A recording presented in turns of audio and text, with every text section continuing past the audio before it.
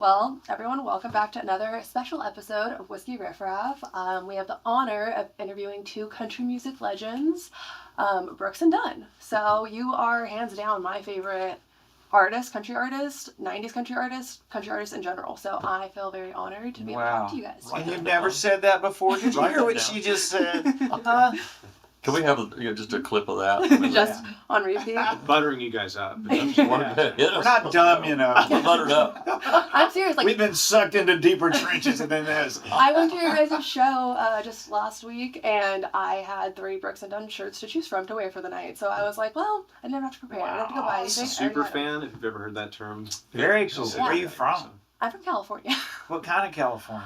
Riverside. Okay, Yeah, I don't know cool. if you know where that is, so yeah. Oh, hell yeah. But love country music, love you guys. And when you sit down to talk to someone who has just a successful career as you guys do, it's hard to know where to begin.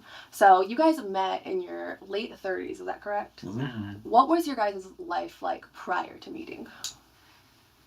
Well, let's see. I went to grade school. Yeah. 12 schools, 13 years. Dad was in pipeline business on the labor end, but he was a wannabe country singer, a guitar player. Started in Abilene, Texas. I was born in Coleman, which is west Texas. Mm-hmm. Do you want to know this information? Yeah. Is this too much No, information? the more the better. And I'll ramble if you don't watch me. Okay. So, and we moved all over Texas, and around my house, it's like, since my dad was a wannabe, frustrated country singer, that's all I ever heard growing up, country music. And, like most of us, did not get really into or wasn't allowed to, unless I snuck around with my buddies and friends and listened to, stuff that wasn't country. And I always loved it. I liked metal as much as I did anything. We were kids. And back in our day, we were just talking a few minutes ago, country music was Creedence Clearwater Revival, and then the Eagles, later on. And both of us got into country, and not speaking for you, but we've talked about this forever. When the outlaw movement started, and I was in West Texas in Abilene in college, and you were down in Louisiana.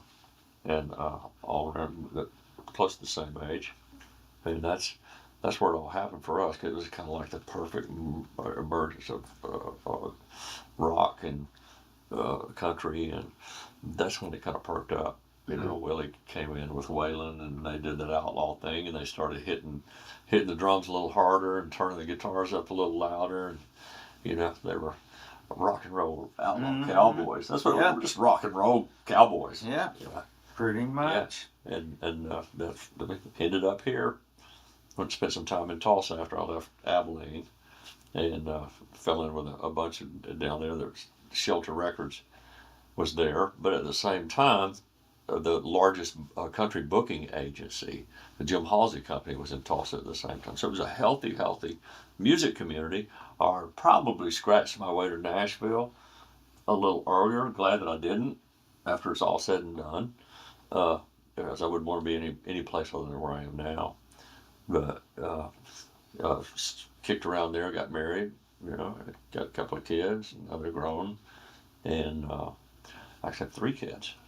And, they're all grown, but there was a good mix. I mean, Tulsa was where Bob Wills and Johnny Lee Wills, his brother, and that bunch were from on the hardcore country side. At places like Kane's Ballroom, which is traditional spring-loaded floor. It's still there.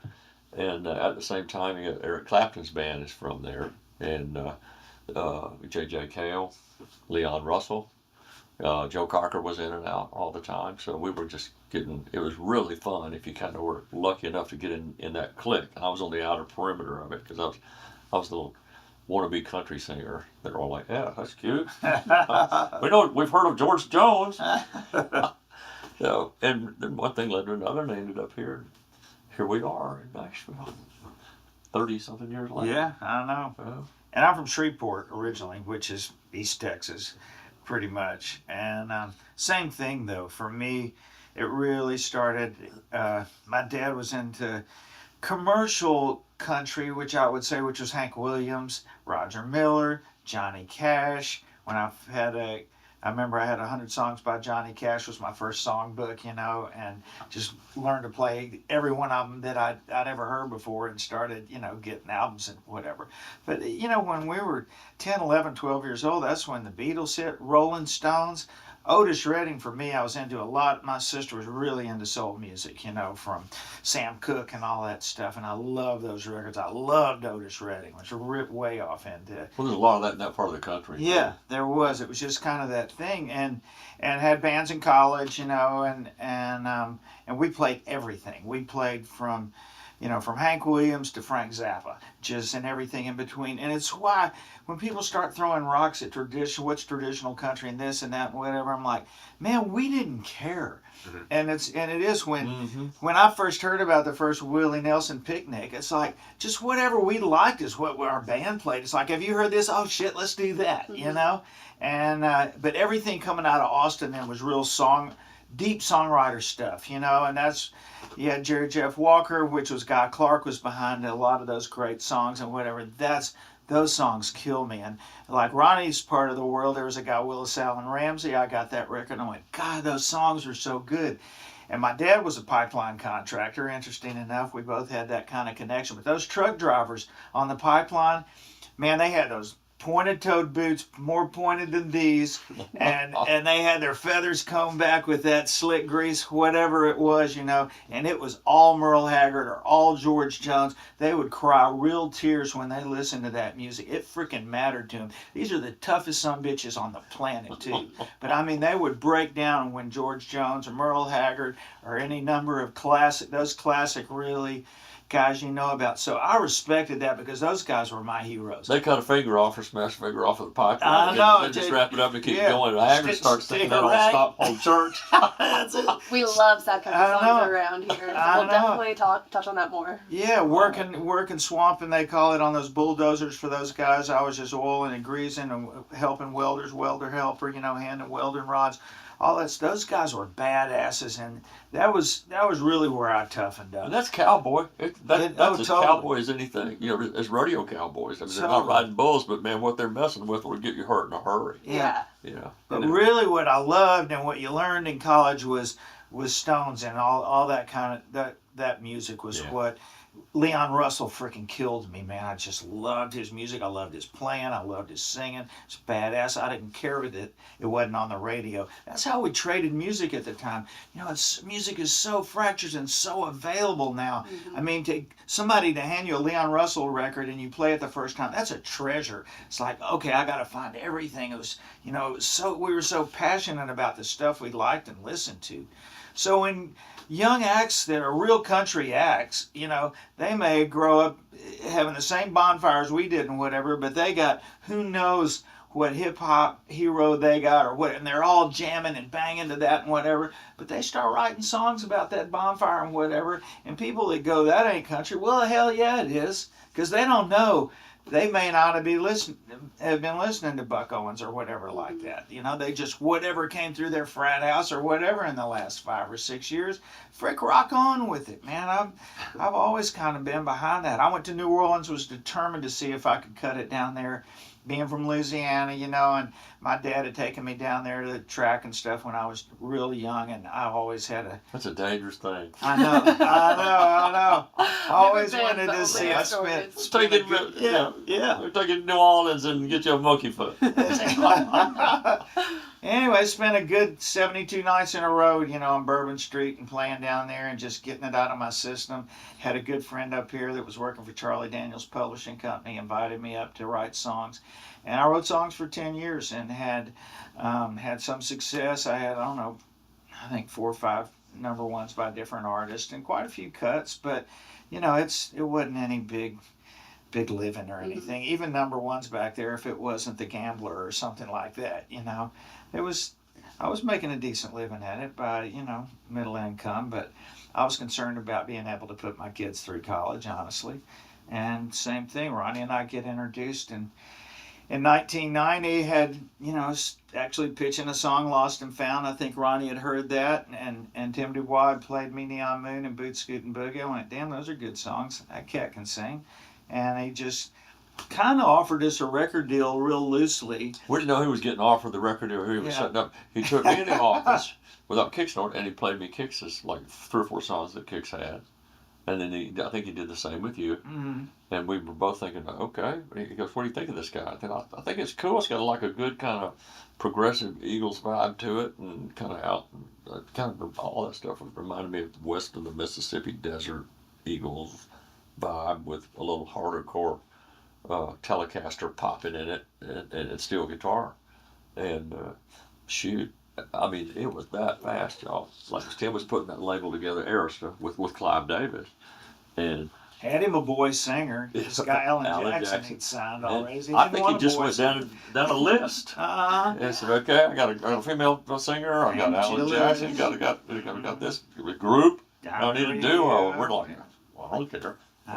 We need a job. Yeah. You know? Take the money. See if you can write a song. That was Tuesday. We had a bad enchilada with Tim and had this conversation. Cheap enchiladas. Cheap enchilada. Everyone Yeah. was good. Yeah, Arista was on a budget. Plastic seat, plastic plate, plastic fork. You know, the kind you break 3 times trying to cut your enchilada. Yeah. Yeah, really. Yeah. Anyway, Thursday we wrote Brand New Man. Friday we wrote Next Broken Heart. Put a little demo together, a couple other things, and took it in. And he goes, "Misters, y'all got to do this." So we said, "Okay." Yeah. So the first 4 songs we give them, it was like, Yeah. just like boom, boom, boom, boom. Neon They were Moon, Boot just, Scoot, he already had those, number and one. threw in Lost and Found, and I think it died at 2 or 3. So we had 5 pretty good records out of the box. Yeah. And 5. obviously the rest is history, right? Yeah. And you guys just came out so strong in the early 90s. But do you ever remember getting any criticism whenever you were getting started? I don't think we were around or available for criticism. We were on a bus in prison going. I don't think we were sober enough to listen anyway. We quite were reading frankly. enough time. You know. Plus, you know, We social better have media. TV on the bus. Yeah. No social media then to like hear Right. everyone's opinions. It was Yeah. you doing what you were doing. Yeah, we don't know. Mhm. We don't know. Which We had plenty of smart-ass critics out there, you know, who cut us down best they could, you know, but we really didn't care. You know, we were, as far as we were concerned, we're having hits. I don't know what y'all are doing. Yeah, keep writing about us if you could. Everything was selling out. Yeah. So, you know, Yeah. well, nothing to whine about over here. We're grown men. We're smart-asses, you know, doing the best we could. which the country music world's so excited that you guys are back together. I know a big part of your story is obviously whenever you guys retired, right? You're quote unquote retired. You described it as mutual, and you said at the end of it, you know, you guys thought of yourselves as brothers, right? So that's the description of your retirement. What's the description of your unretirement? Even better. I mean, we know one another. It's natural. It's normal. You know, it's a lot of groups, a lot of in all genres. I was just watching Springsteen thing on Netflix or something the other day. And he's been off. Was it 10 years or 6 years? And they all got back together, and they were talking about what it was like to be off and have to get back in the groove and stuff like that. But it just felt like it was normal. Mm-hmm. Yeah, just Yeah, put a good band. was- And Vegas helped us into it, which is really strange. I would never, or you wouldn't either. Yeah. You know, ever think about going to Vegas. I was dying to go. I was in California, and it was only a 4-hour drive to Vegas, and I was Where like, were you? We were looking everywhere. Worried sick about you. I was like, I have to see them before like they never tour again. Did So I didn't go, but No. I've seen you twice now. She doesn't care about us. She comes in here with 3 T-shirts and all that. She wouldn't give us air if we were in a jug. I What did the see you hell? guys at Cheyenne Frontier Days though, so I got to see you guys at a really cool environment there. So that was awesome. Yeah. All right. And let's get into Reboot and Reboot 2. So how did you guys actually choose which artists are on both albums? We did You didn't. not. You're We're married. not dumb, you know. We still got some friends in this town, hopefully.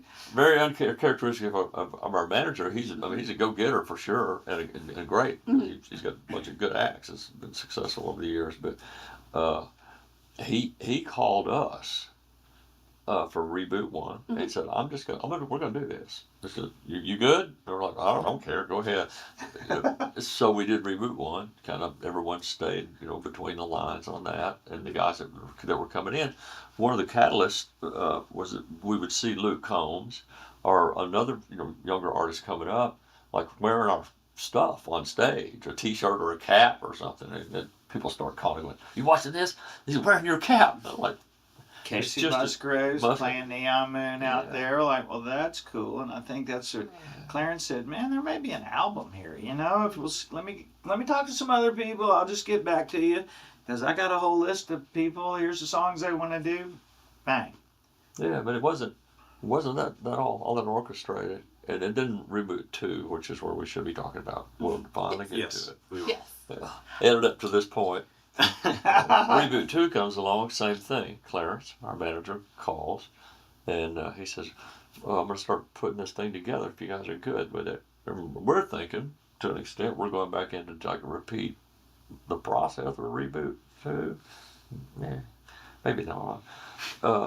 So we get in there, and the mandate is we're going to turn these artists loose, 18 artists. They all call back, say we're in. I don't know how the song fight went, how it went down, anything. But they came in, they got to do it. They do it however they want to do it. They can bring their band if they want to. They pick whatever song they want to. And some of the artists did deep dives. I mean, it's not just the 24 #1 hits or whatever. It turned into like, suddenly this is not formulaic. It's a creative endeavor for fun. And it's been a surprisingly a blast. Let it eat. Let's Yeah. get off the rails. It's taken here on and a life of its own. slinging as hard as you want. Whatever you do, freaking do it. Bring your band, bring your producer, where you want to cut it at. We don't care. Yeah. You know? And so all the recordings were in person. There wasn't a situation where like We don't have any money, but Sony has a lot, apparently. So, Got it. I didn't think labels were spending money for it, but they did. I'd love to go kind of dig into some of the tracks. Obviously, the Morgan Wallen one is very anticipated, but the one I think that I was most looking forward to was the Marcus King one, just because it's so, his soulfulness, you mentioned Otis Redding earlier, that rock and roll soul on it was really cool, and I think the one I was most surprised by was the Megan Maroney arrangement, because you're in a much lower key, it's a lot different. Which one of the artists and arrangements surprised you guys the most? Okay, well, you just named the three three. really good ones. I would pick those. Surprised you, not the best, Yeah. but just surprised you. Yeah. Yeah. I like what Cheating Kinda. With Hayley Whitter. Okay, yes. But that's just a cool vibe. She called it a lonely disco cowgirl vibe, Mitchell Tenpenny, and then you've got 1,000 Horses. I say that you do, but that's a deep dive. They went for right on Drop in the Bucket. yeah. But I love Cadillac 3. Jaren took likes to get out of town. Both those songs are just kind of deep cuts that's cool those guys found. I love Cadillac 3. They're cool anyway. But man, he got way down in the mud swamping that groove, and I love that. That was really fun to play with in the studio. It just kept They really took it and had their way with it. Yeah. Well, and on that note, one that kind of was like, whoa, was Hailstorm Boot Scootin' Boogie. Now, Probably the biggest surprise because Yeah. I knew Lucy Hale from Eric Church, and I'd seen her like on the ACMs. They sang I think Hearts on Fire together. So I'd seen her and met her there, and whatever. But I didn't know about Hailstorm really, and they had just apparently sold out Wembley a few days before. So it shows you how much I know. I mean, they ran through it about 3 times, and Dan Huff, our producer, a big time rock guitar player. He looked over at me and smiled. He goes, "This is a really good band." It's like these are not sitting some garage band from college.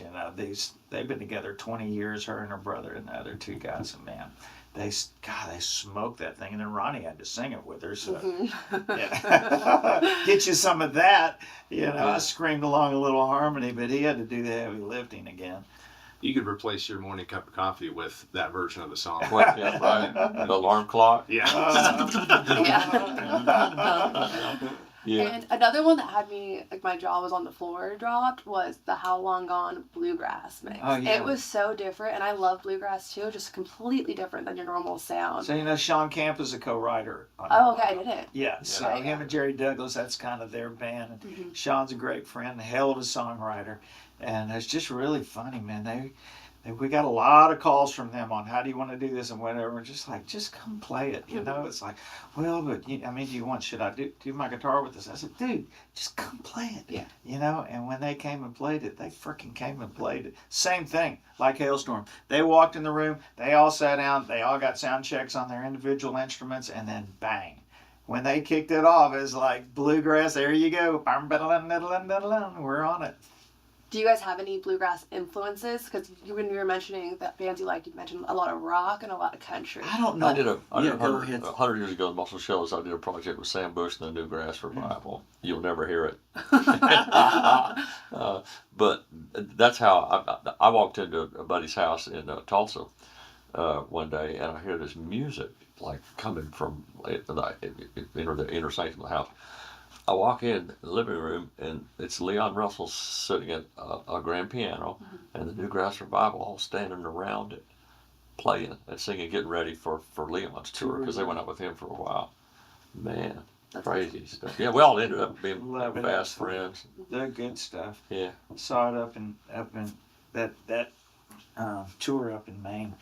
But yeah, and I went to high school in Tennessee, and so I went to a lot of bluegrass festivals and stuff. And that's where you realize, like, I go, man, how'd they get this? Shoot, there's so many of those things. You know, they have the under 6-year-olds, you know, part of the festival. It's like a, you know, contest. And Yeah. man, they're fiddling, banjo playing, whatever, all at, you know, 4, 5, 6 years old. They're already not just playing a little bit, playing way better than me. It's Mountain jazz, baby. Oh, you know it. You know it. I think that's a song that so many artists keep putting out, but I don't think there's ever a bad cover of it. Yeah, it's a great song. Now, Well, I was just going to say, like, the Reboot projects that you guys have done have been so cool to, I guess, breathe new life into some of your classic songs. But you guys have so many, you know, if you were to think of country music hits, like the greatest songs of all time, like Boot Scootin' Boogie, Neon Moon, those are the ones that come to mind. I know in my family, my Maria was playing on repeat whenever I was growing up. Yeah. So that song means a lot to me. But what do you guys think is the quintessential Brooks and Dunn song, if you had to choose one? I think it's kind of become Neon Moon. Mhm. I'll answer that question because it's his song. But I think so. You know, it's certainly that rock's been flipped over several times now. Mhm. You know, in different ways, and I think it has kind of.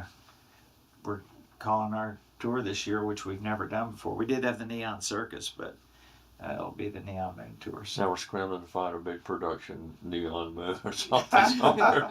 Like we haven't done it before. Yeah. unfortunately, we have to wrap up soon with some rapid fire, but before we Hey, do we that, really like hearing ourselves talk, so if we could just go a little No, bit longer. I would be here for another hour if we Exactly. could, if we'd be allowed to. But is there anything about, I don't know, this album, your guys' career, that you want to share that you might not have shared before? Merle Haggard came to the studio one time. We're working here in town, and we were talking to him in the course of it. It got down to, he goes, you know, I'm a songwriter. He was kind of pitching songs. You know, he said, I'm a songwriter. We go, you're Merle Haggard, man. He goes, but well, that's a songwriter. You know, and as songwriters.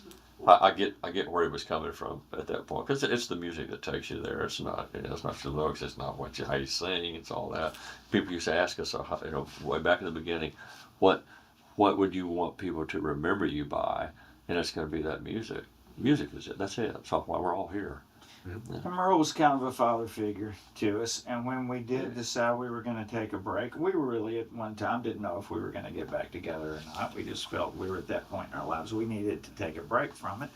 And Merle, you know, I was talking to him one day, and he just said, "Hey, when y'all getting back together?" I don't know, Merle.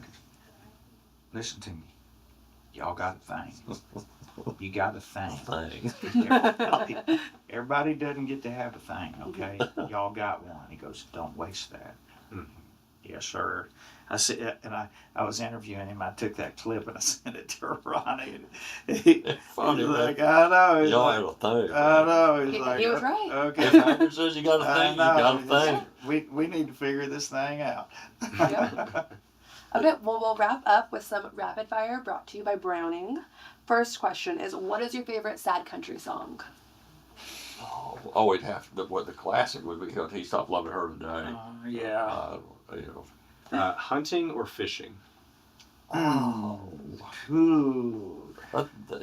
That's a toss-up. It is. I love blue water fish. I've really gotten into fly fishing. I love fishing in the Bahamas and chasing those bonefish around. But we're both like duck hunting and quail hunting and we get to go some really cool places. You know, it's more about being the place than it is the hunt, really. Yeah. I'm a wing hunter, though. I kind of, I've got horns on the wall. I shot deer when I was a kid, but I don't really care unless I'm real hungry and my brother won't do it. I'll Too go much pop work. one, but Too much work. Still like venison. Yeah, I've got a river, the mile and a quarter of the Turnbull River west of town, so I go out there on 600 acres and you have about 500 that way. But it's fun to just grab a fishing pole every now and then and roam off down the river. It looks like a park in Tennessee. It's unbelievable. Sounds awesome. Yeah. What else are you guys doing when you're not making music, performing on tour? I'm driving my wife crazy. She's I'm just telling her all the reasons that why I can't get on the road right now. She is over me. And I play some pretty bad golf, but I've been golfing forever. It's a great road game. You know, get up in the morning and kill 4 hours like that. So I have no idea what Ronnie's doing on the bus. I love College building golfer. stuff too. Are you golfer? Yes. Yeah, she always mentions if golf comes up, she said, Well, that's play Kick. college golf. Kick's a big golfer. Yeah, So. I love golf as well. I'll grab a camera sometimes and run off with some buddies and things like that. I'm always building something. I don't know why. I love building. So. Same. Yeah. What's the favorite food that you would have to choose? Ooh, beef stroganoff. I like Cajun food. I mean, I like big red beans and rice, not the lame kind, but loaded up. And We're country singers. Fried chicken. That's right. Gumbo. Do you prefer studio recordings or live performances? Oh, wow. Both, but live performances for immediate gratification. You know. Absolutely. Yeah. What's your daily driver? Got a SVR Range Rover. I don't understand the question. What's your car that you drive all the time? Oh, man. I ain't telling the truth. I will. I got a GMC pickup. Like a jack, And last question is, sad country songs and blank make you happy? Sad country songs and what? And what make you happy? Like an insert. Oh, I got you. Yeah. Sad country songs and the right group of friends. Sad country songs. Yeah. Sad country songs. Sad country songs and smooth whiskey. That's a good one. Like that. All right.